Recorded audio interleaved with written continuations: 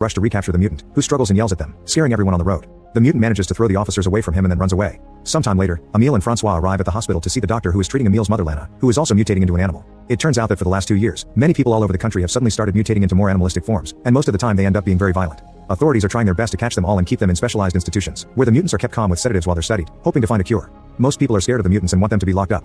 Emile doesn't want to see his mother because he's become wary of her since she accidentally scratched his face, but Francois insists she's still family. The doctor explains a new and more advanced reception center has opened in the south and Lana should be transferred there, which Francois quickly accepts. He wants to move there with Emile so they can start a new life, away from the judgment of people who already knew Lana. When they enter Lana's room, Emile notices all the scratches on the walls and doesn't go too close. Francois does sit with her and talks to her, believing it helps, but Emile doesn't think she can understand anything they say. Some weeks later, Emile, Francois, and their dog move to their new home except for him. Surprisingly, he's capable of pulling alone long enough for his teammates to rejoin him and win the match. Afterward, everyone is impressed by Emile's strength and invites him to a party. However, Emile is too busy inspecting his fingers and rushes back to his house, where he uses some tweezers to pull something from under his nails as he screams in pain.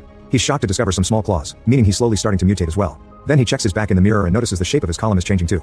Furious, he throws things around the bathroom before getting in the tub to wash away the shame. His dog gets in the tub with him to comfort him. Meanwhile, Francois goes to the mail and bumps into Julia, who informs him they aren't searching anymore because the government promised to send the military. Suddenly they hear some screaming because the customers saw a mutant. Julia orders her teammates to evacuate them all, but Francois searches for the mutant to check if it's Lana.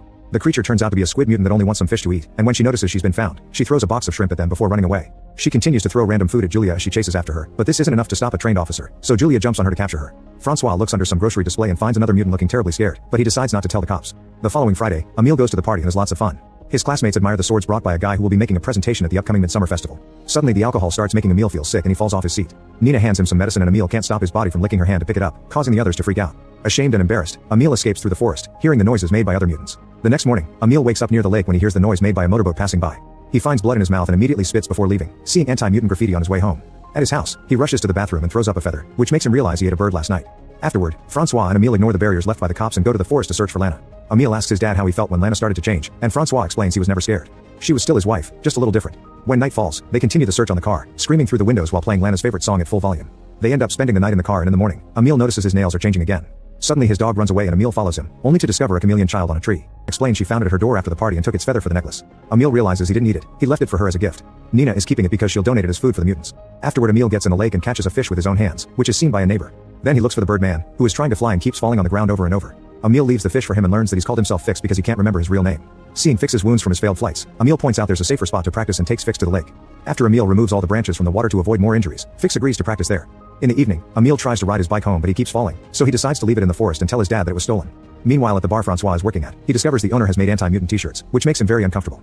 Then he takes out the trash and hears some noises in the backyard when he suddenly gets grabbed by a mutant, who pushes Francois to the ground. Noticing the creature is in chains, Francois tries to calm it down peacefully, only to see a second mutant running away. At that moment, a coworker pushes the creature back with an oar, revealing the mutant is a relative of hers and she's been hiding it at work. She and Francois try to guide the creature back into hiding, but the mutant freaks out and rushes to the front of the bar, causing everyone to run in panic. Believing the other creature could have been Lana, Francois runs to the forest and Then Francois checks Emile's mouth and confirms the fangs are at the back for now, so others won't see them. He reminds his son to cut his nails every day and puts some cotton in his ears before covering them with hair, that way his enhanced hearing won't be overwhelmed by noises. Lastly, Francois shows Emile how to use a hair removal cream on his body.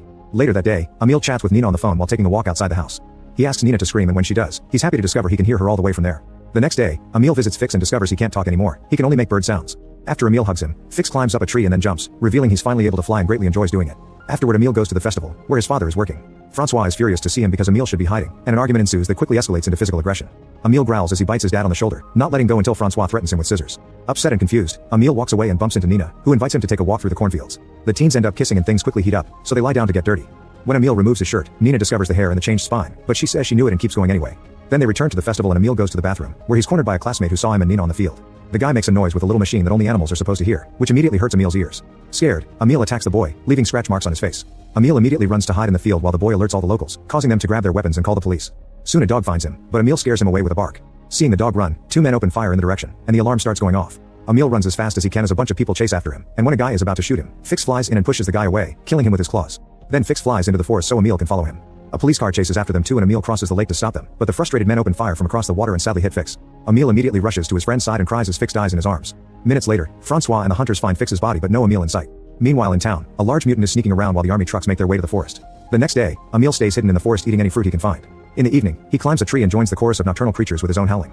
The following night, a storm hits the area so Emile hides inside a cave. He gets scared when he's approached by a bear, only to realize this is his mother. They bump their foreheads together to acknowledge their love for each other, then Lana leaves, wanting her son to follow her. Emile does so and discovers tons of mutants living together in harmony, including the chameleon girl.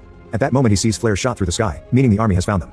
Emile and the other mutants try to run and hide, but the soldiers are using the painful sound so the creatures can't do anything other than drop on the ground in pain and be captured. The only one that escapes is the chameleon girl, who uses camouflage to hide. Later at the police station, Francois helps Emile declare he had been drunk and ended up in the forest by mistake. However, when Emile has to sign